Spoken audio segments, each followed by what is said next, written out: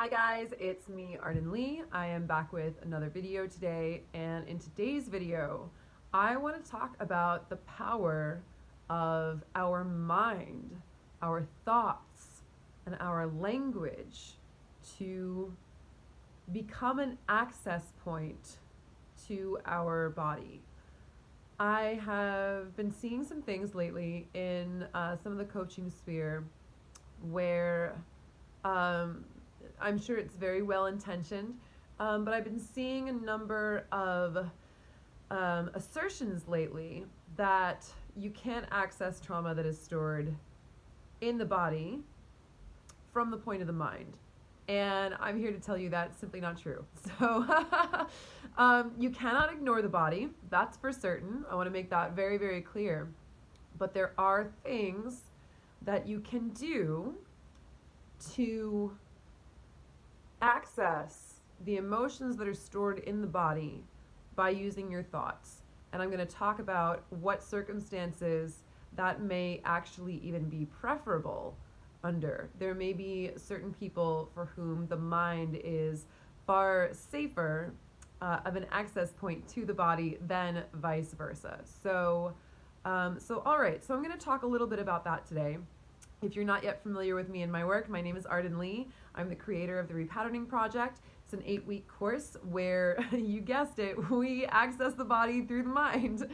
We hack our beliefs, we examine our patterns, we learn a comprehensive view of our human operating system and how our early experiences form our beliefs, which then inform more and more of our experiences, and how we can backwards engineer and rewire, reprogram those beliefs for the kinds of results that we want in our lives, so we can really learn that true sovereignty, that true creative freedom, and what that means.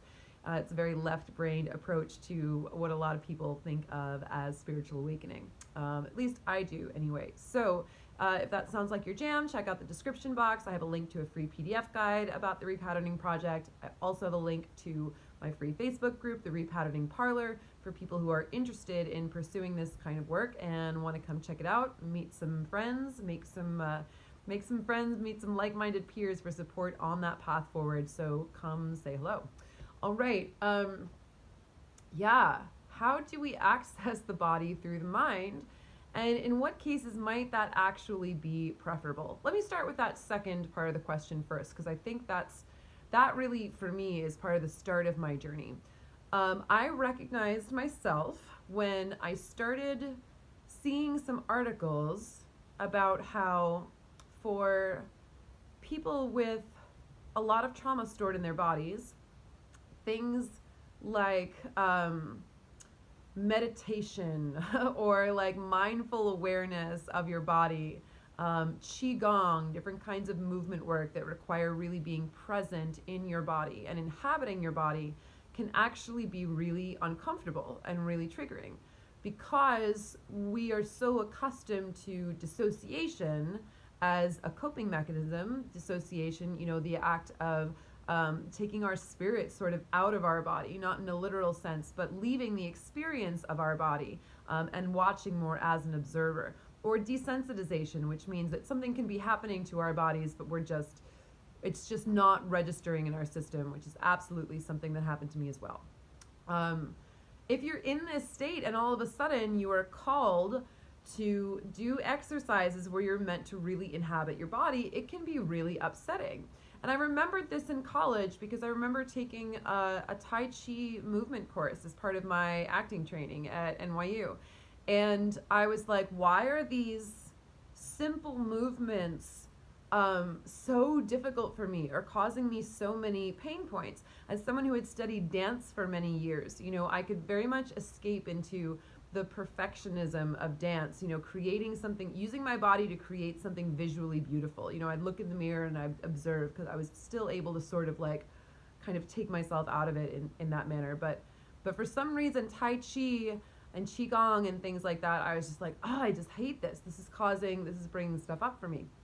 I didn't really know what that was at the time, but I read an article about that phenomenon, and I recognized myself in it, and I was like, wow. So all of these modalities that are body-based, that are meant to begin in the body and then access the mind, are not necessarily the best modalities for people who are, who don't want to inhabit their bodies because they have a lot of trauma, who have found a very safe space in their minds.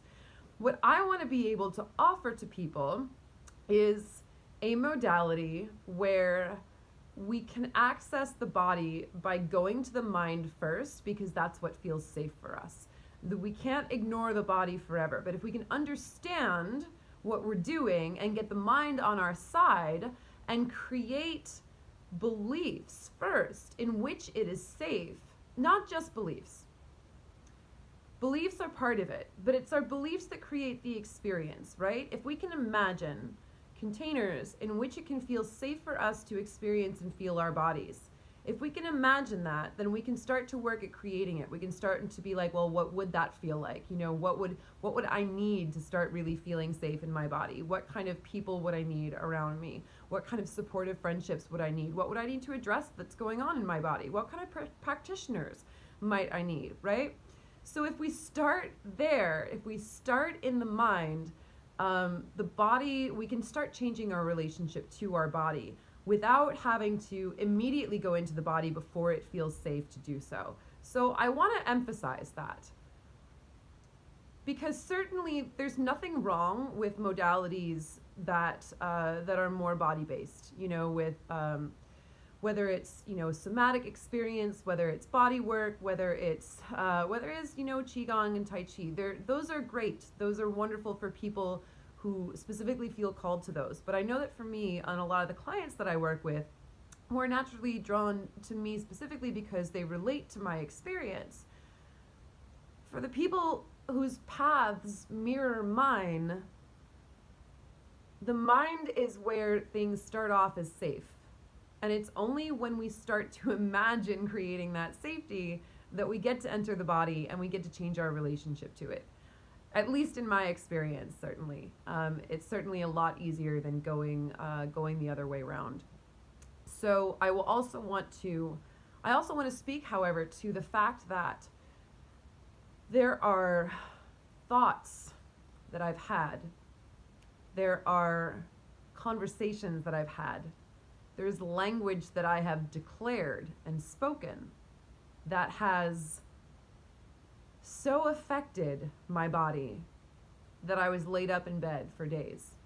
I can remember a 5-minute conversation that I had once that contained so many insights that, I was laid up in bed for like 3 days afterwards.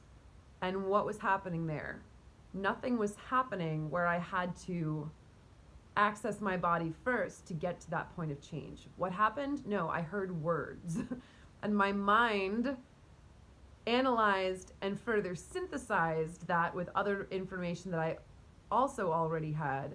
And I put together a more complete picture, and my mind was so blown from the picture I was able to put together from thinking those things that my body felt a shift. I think it's interesting that, in modalities that I use that are certainly very left brain, such as neurolinguistic programming and timeline therapy, which I use quite often with my clients. When we test that a pattern we've run with someone, a visualization and exercise that we've talked them through has worked, we test it generally by pacing for what we sense in their bodies. When I do this work by phone, for example, I'll often listen for changes in the voice of the person that I'm speaking to that let me know that something in their body has shifted. If their voice goes from being tense to being relaxed, from being maybe high pitched to being a little lower, I know that a change has occurred. I can hear it in breathing. When I hear big breaths coming in on the other side of the line, I know that a lot of energy is moving. How do I know that? Because I've been there myself. I know those signs. So this idea that language can't access the body is just untrue.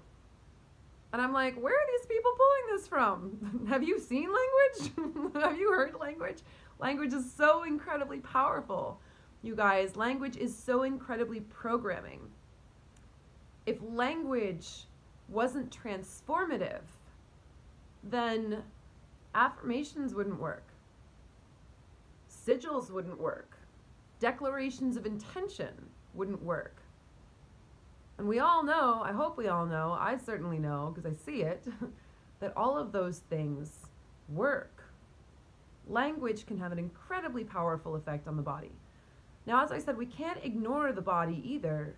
And I also, in my own path, I have worked with a body worker. I've had a handful of sessions with an amazing body worker named Yerasimos, who's a dear friend of mine.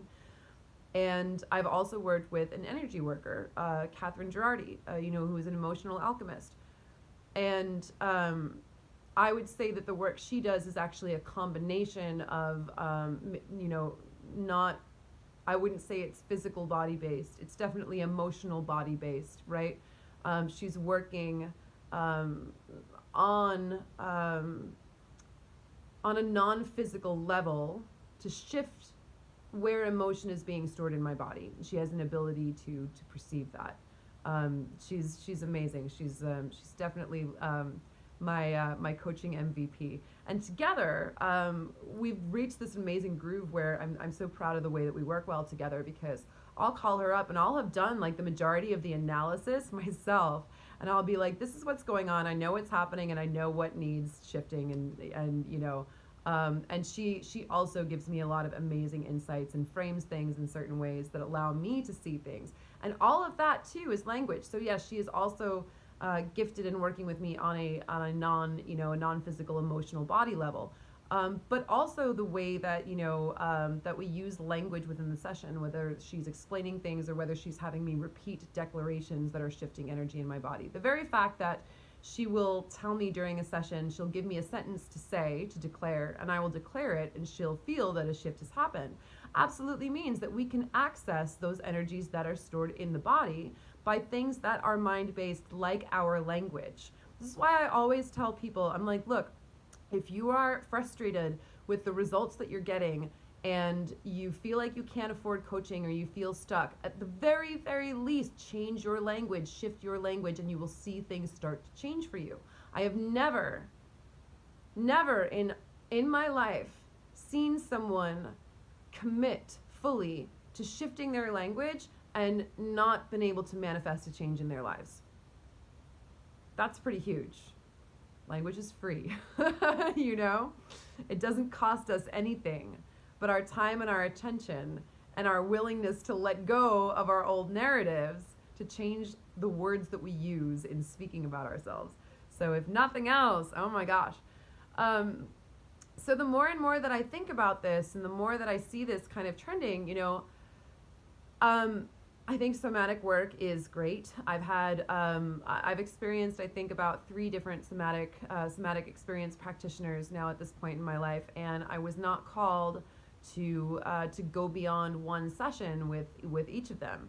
And that may be simply because it's not the modality that calls to me, given my particular makeup, the way that my trauma intersects with my not my neurobiology, essentially. Part of it, the way that I'm sure, the kind of, left brain versus the right brain that I was born with, that it intersected with the way that my trauma, affected my, desensitization, dissociation, etc. So I'm sure, I'm sure it's quite natural to me, but